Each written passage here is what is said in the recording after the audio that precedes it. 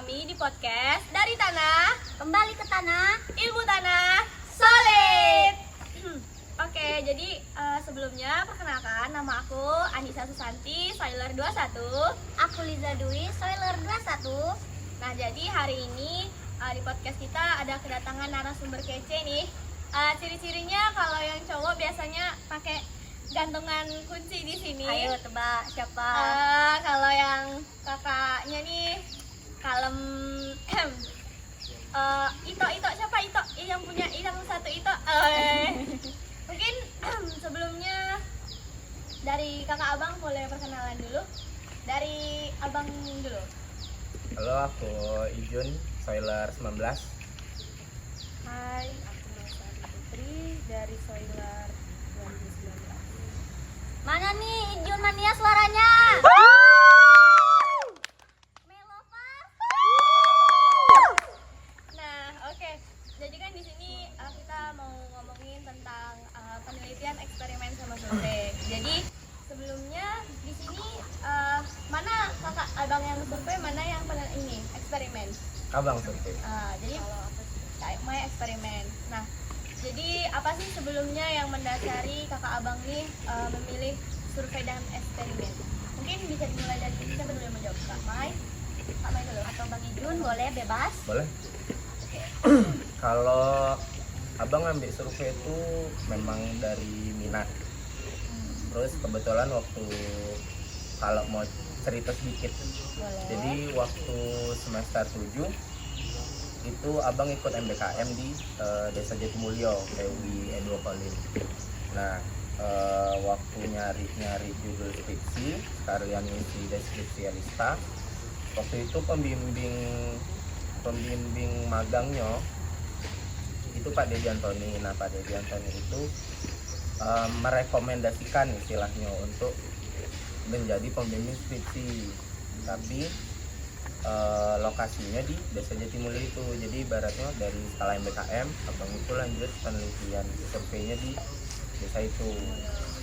Itu kalau abang. Jadi ya inilah dimanfaatkan lah ibaratnya kayak gitu. Bagus nih. Yang ikut MBKM bisa tiru. Lanjutnya Kak Mai, alasannya kenapa milih eksperimen? Kalau dari aku sih awalnya emang kalau dari rencana awal itu sebenarnya pengen survei, tapi kan karena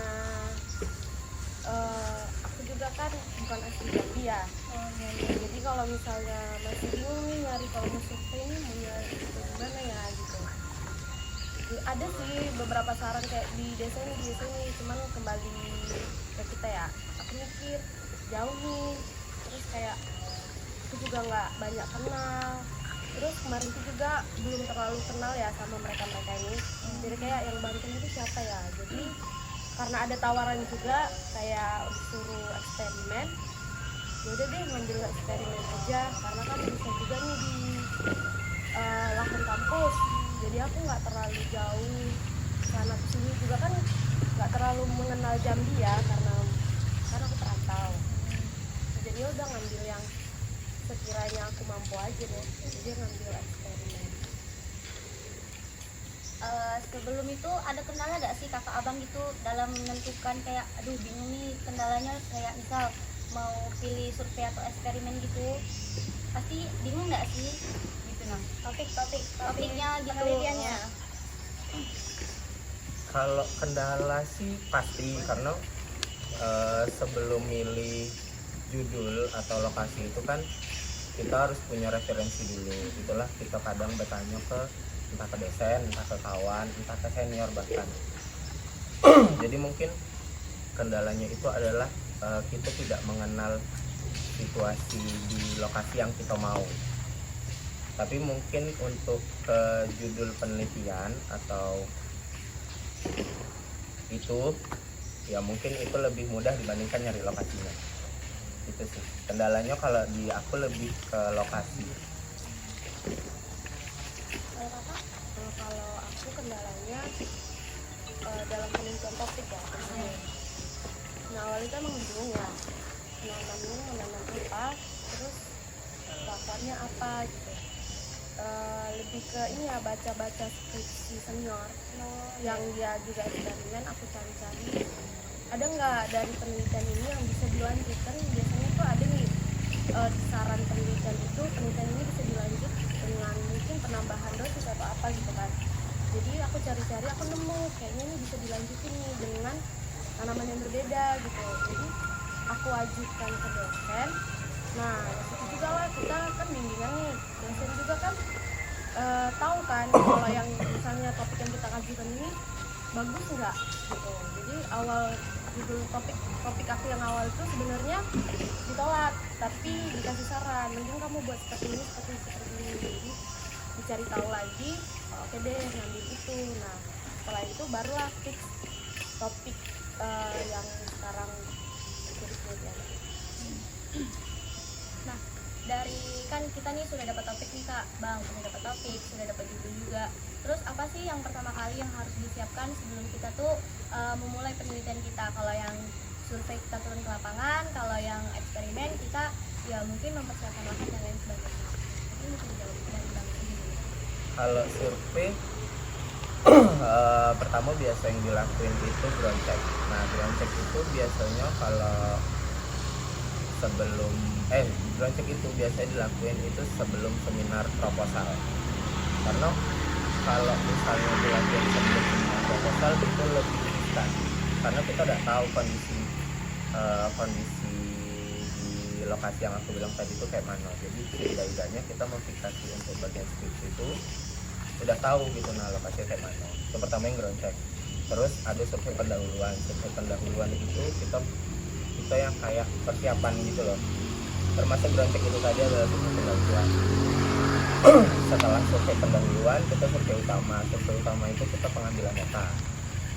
Pengambilan data itu tergantung dari isi skripsinya, ibaratnya kayak gitu. Misalnya kayak skripsi abang itu tentang evaluasi status unsur hara makro di tanah gambut. Nah, data yang abang ambil itu kedalaman, kematangan, time mati sesaat, sama sampel. Itu survei utama. Setelah survei utama, baru analisis data, baru ngolah pembahasan. Itulah singkatnya kayak gitu tentang survei. Oke, estimasi waktunya biasanya kalau survei berapa Bang? Tergantung estimasi kerja sih. Biasanya dilihat dari data yang mau diambil di lapangan sama titik kerjanya. Jadi kalau abang kemarin itu 48 titik dengan data yang abang ambil di lapangan tadi itu kurang lebih 5 harian. Tapi ada juga yang dia tuh cuman 12 titik tapi selesai di 3 hari 4 hari. Jadi teknis lah ibaratnya gitu, nah kondisional kalau di lapangan gitu. Kalau Kak Mai sendiri ada nggak persiapan yang emang harus disiapkan sebelum mulai eksperimen? Sebenarnya setiap penelitian mau eksperimen sebenarnya memang harus ada yang disiapkan ya. Kalau dari eksperimen sendiri itu, kalau aku kemarin ya sama sebenarnya, lokasi, kita cari lokasi dulu. Dari penelitian yang udah topik yang udah di ACC ini, kita cari lokasi ini cocok nggak untuk tanaman. Kan saya nanam, jadi untuk menanam ini lokasinya cocok nggak, deket nggak dengan sumber air. Karena kan kalau nanam kan identik dengan siram ya, dengan air ya. Jadi ya memang benar-benar dekat sama air. Terus setelah misalnya nih lokasi ini udah fix nih, udah cocok nih di sini. Judul aku kan pengomposan ya. Pengomposan itu nggak sebentar, lama. Kalau misalnya kita nunggu setelah seminar proposal baru nyari kompos, baru pengomposan, itu bakal lebih lama. Jadi sambil kita bimbingan proposal, ya cari bahan-bahannya dikumpulin dulu. Jadi setelah seminar baru kita mulai pengomposan. Aku mau nanya nih Kak, pertanyaan aku masih sama sih kayak tadi. Kendala yang ditemukan di lokasi apa aja sih gitu? Pasti banyak kan gitu. Pada saat penanaman, waktu kendalanya itu sebenarnya tergantung ini sih ya, keadaan juga. Lebih ke waktu aku kemarin tuh kendalanya itu banyak ini, air. awal penentuan lokasi itu di dekat lahan itu tuh air tuh ada, tapi di pertengahan tuh tiba-tiba rusak, jadi harus ngangkut air pakai ini ya apa sih, jerigen ya, jerigen. Ya lumayan sih, memang nggak terlalu jauh, tapi itu kan lumayan capek ya, apalagi yang cewek-cewek ini bawa jerigen bolak-balik gitu. Terus hujan juga, apalagi kalau misalnya kan pengukuran tinggi nih, hari ini kita harus ngukur, hujan nih dari pagi sampai sore. Jadi sebenarnya kendala ya, jadi pas lagi reda dikit, gerimis-gerimis dikit ya tetap ngukur, karena kan memang harus di hari itu diukur gitu, mau nggak mau. Dan juga ini sih lebih ke air aja sih kendalanya. Kalau untuk abang? Kendala di lapangan. Iya, pasti banyak dong, karena survei kan. Apa ya? Hujan tuh kadang bisa dibilang kendala, tapi nggak hujan baik sih. Kalau aku kadang hewan buas juga kendala. Pernah ketemu babi hutan. Dikejar nggak bang?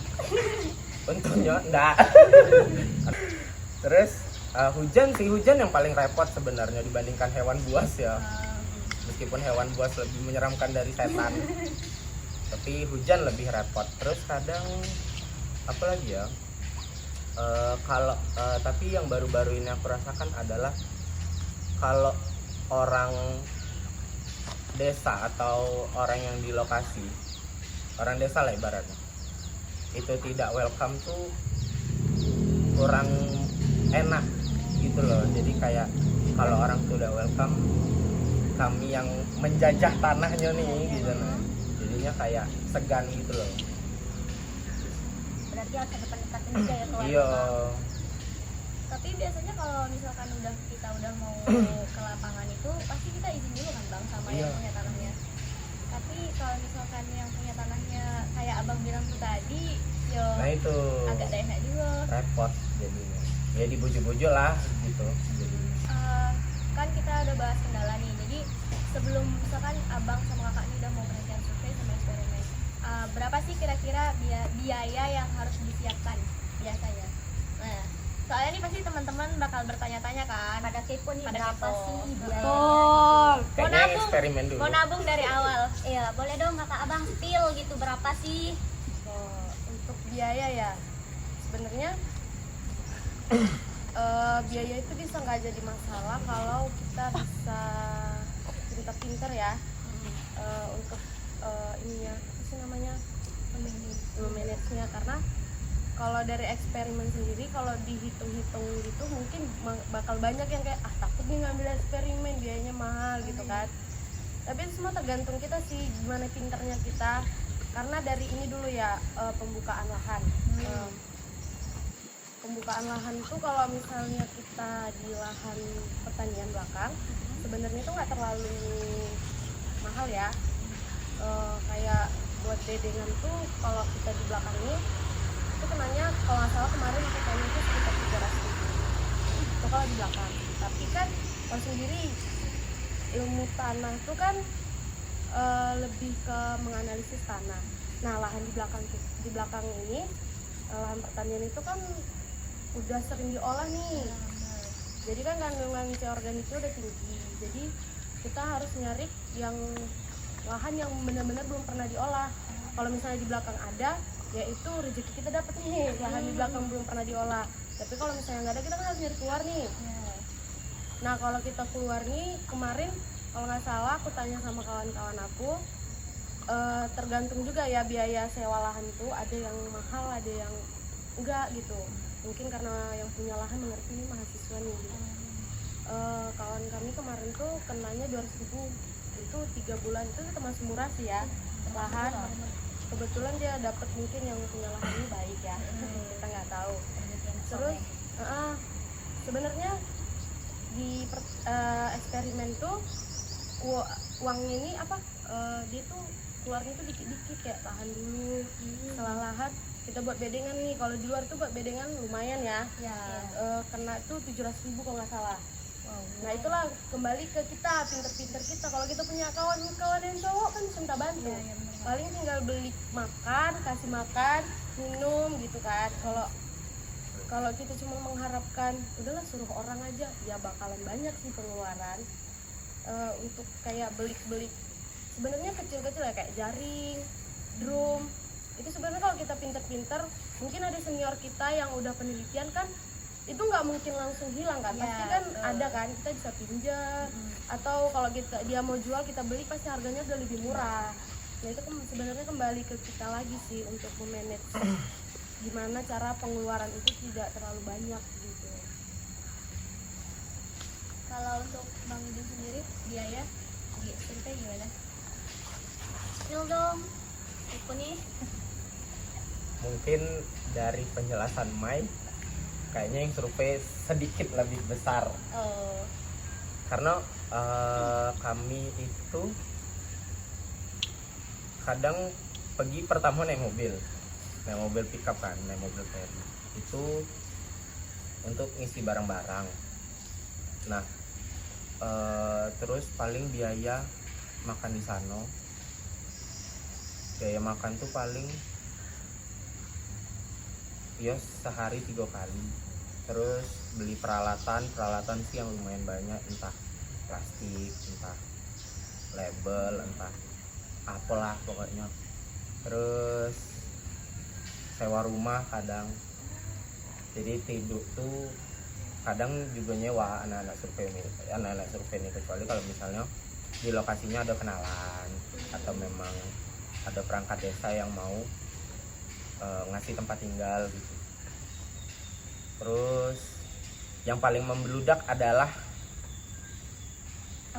biaya analisis. Ya, oke. Kalau abang sendiri kemarin analisisnya apa aja, terus habisnya berapa, ke lab mana? Boleh di-spill Bang? Harus dikasih tahu habisnya berapa? Oh tahu nih kita. Aku harus nabung nih dari sekarang karena aku mau ngambil penelitian survei, mau ngambil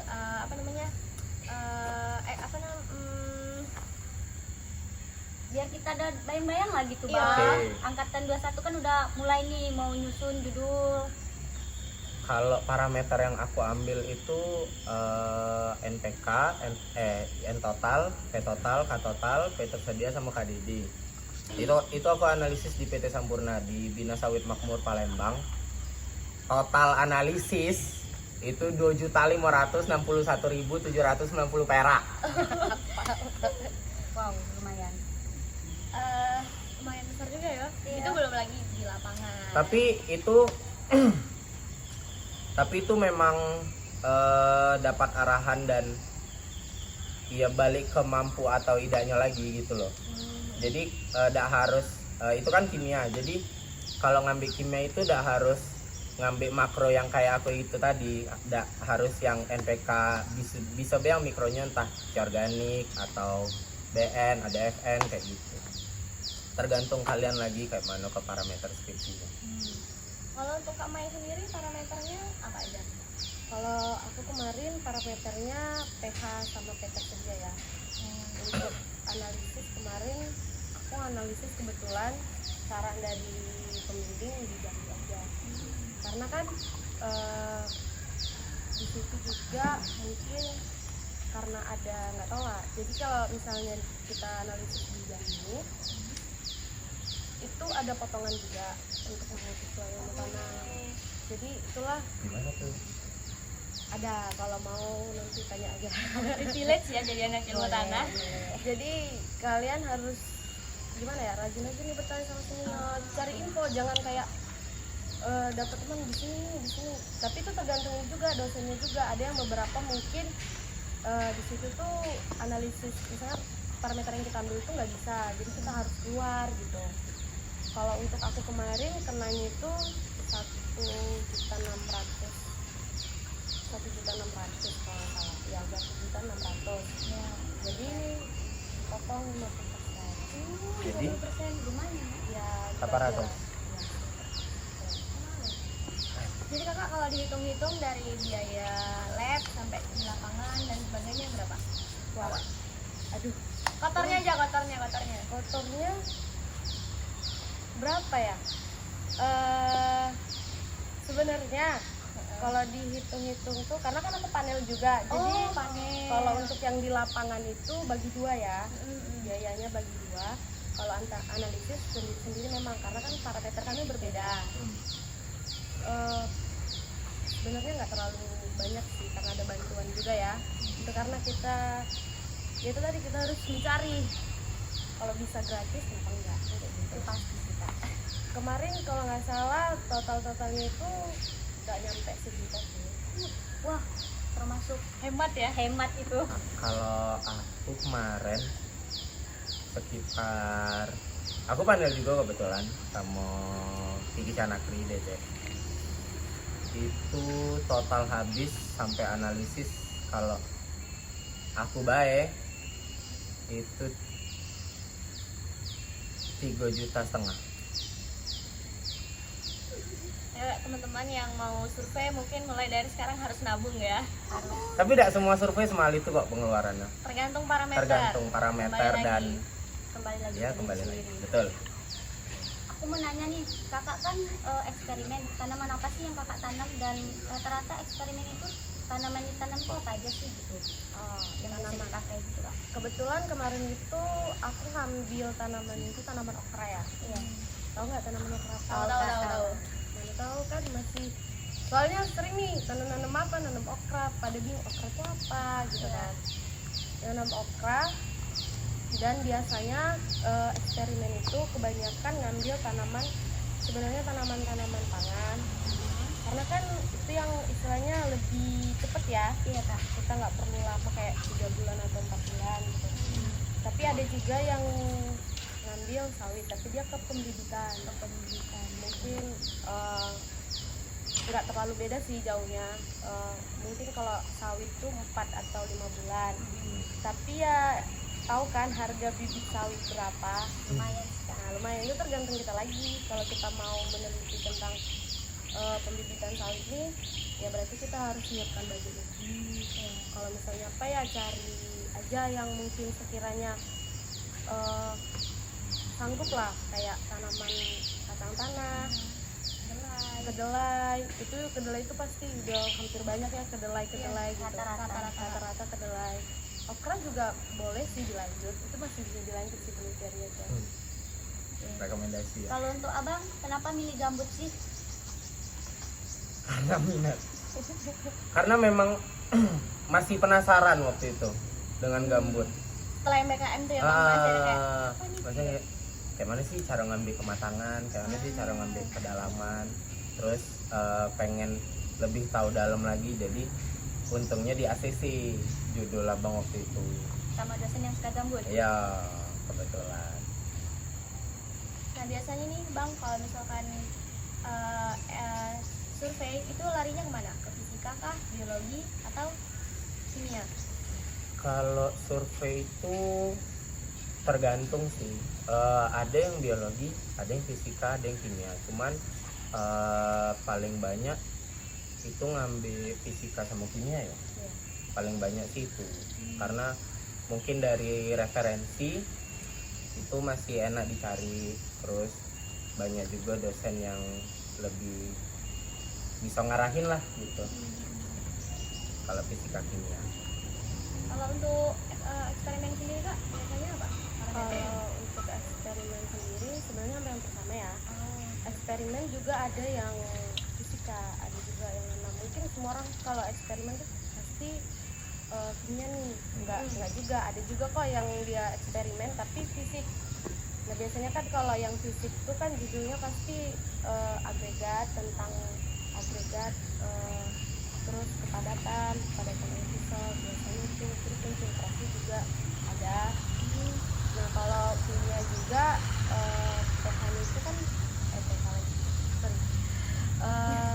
parameternya itu banyak juga ya, kayak unsur hara mikro, makronya kan kayak ada pH, ada P, ada ALDD, ada K tersedia, N total, hampir mirip lah sama survei kimia juga. Ya itu tergantung kita juga, kita mau yang mana nih yang kita teliti gitu. Mungkin tergantung pemahaman kita juga. kayak misalnya kita paham pengen nih kimia, aku pengen nengok kimia tanah nih. Atau fokusnya aku fisika, jadi aku lebih suka fisika. Berarti kembali lagi ke personal masing-masing ya, mau lebih fokus ke yang mana? Ini pertanyaan terakhir sih dari aku, lebih dari ketiga fisika, kimia, biologi itu yang lebih enak yang mana sih kak, abang gitu? Kimia sih, karena kalau aku fisika itu apa ya, rumusnya itu sudah kayak berbatas gitu loh Oke. ya kan, sedangkan kimia itu cuman satuannya bae yang harus disesuaikan. Jadi lebih enak kimia. Kimia. Kalau untuk kakak sendiri? Kalau dari aku sih kimia atau fisik, eksperimen kimia atau fisika tuh lebih mudah ya. Sebenarnya sama-sama aja sih, ya tergantung kita tadi. Kalau misalnya nih, misalnya aku nih sukanya kimia, cuman karena ikut-ikut temen nih, temen dulu fisika, aku ikutlah fisika. Nah kita kurang paham fisika, bakal jadi sulit, Ya terhambat ya. Terhambat. Kembali lagi ke diri sendiri ya kak. Ya sebenarnya itu kemarin akan ada dibilang ngambil topik atau itu jangan yang mempersulit diri sendiri. Betul. Kita harus cari. Kalau misalnya memang udah di topik itu, misalnya kita kurang paham nih, kita kembali belajar lagi, tanya-tanya senior gitu. Kalau untuk pengolahan datanya sebenarnya hampir sama ya. Kalau eksperimen tuh fisika sama Ya kimia betul. hampir sama, pakai XL, DMRT, ANOVA itu hampir sama sebenarnya, sama-sama aja gitu. Ada yang pakai SPSS juga, statistika. Statistika. Lumayan ya. Tapi setelah dipelajarin nggak susah kok. Awalnya juga aku gitu kayak, aduh statistika nih. Apalagi kan kali COVID ya. Oh Statistika itu online, belum pernah. Jadi bingung nih, gimana nanya kawan, aku juga lagi belajar.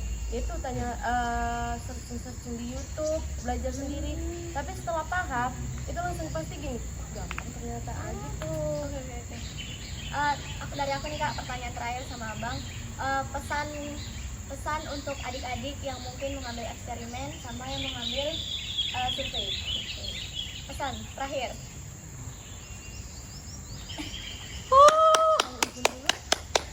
Saja apa?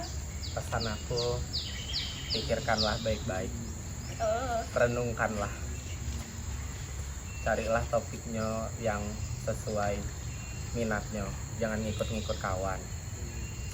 Terus jangan groncek setelah sempro, karena sering terjadi yang groncek setelah sempro itu dia jadi tolol, mungkin disensor ini. Ya itu pesan dari aku. Singkat padat all.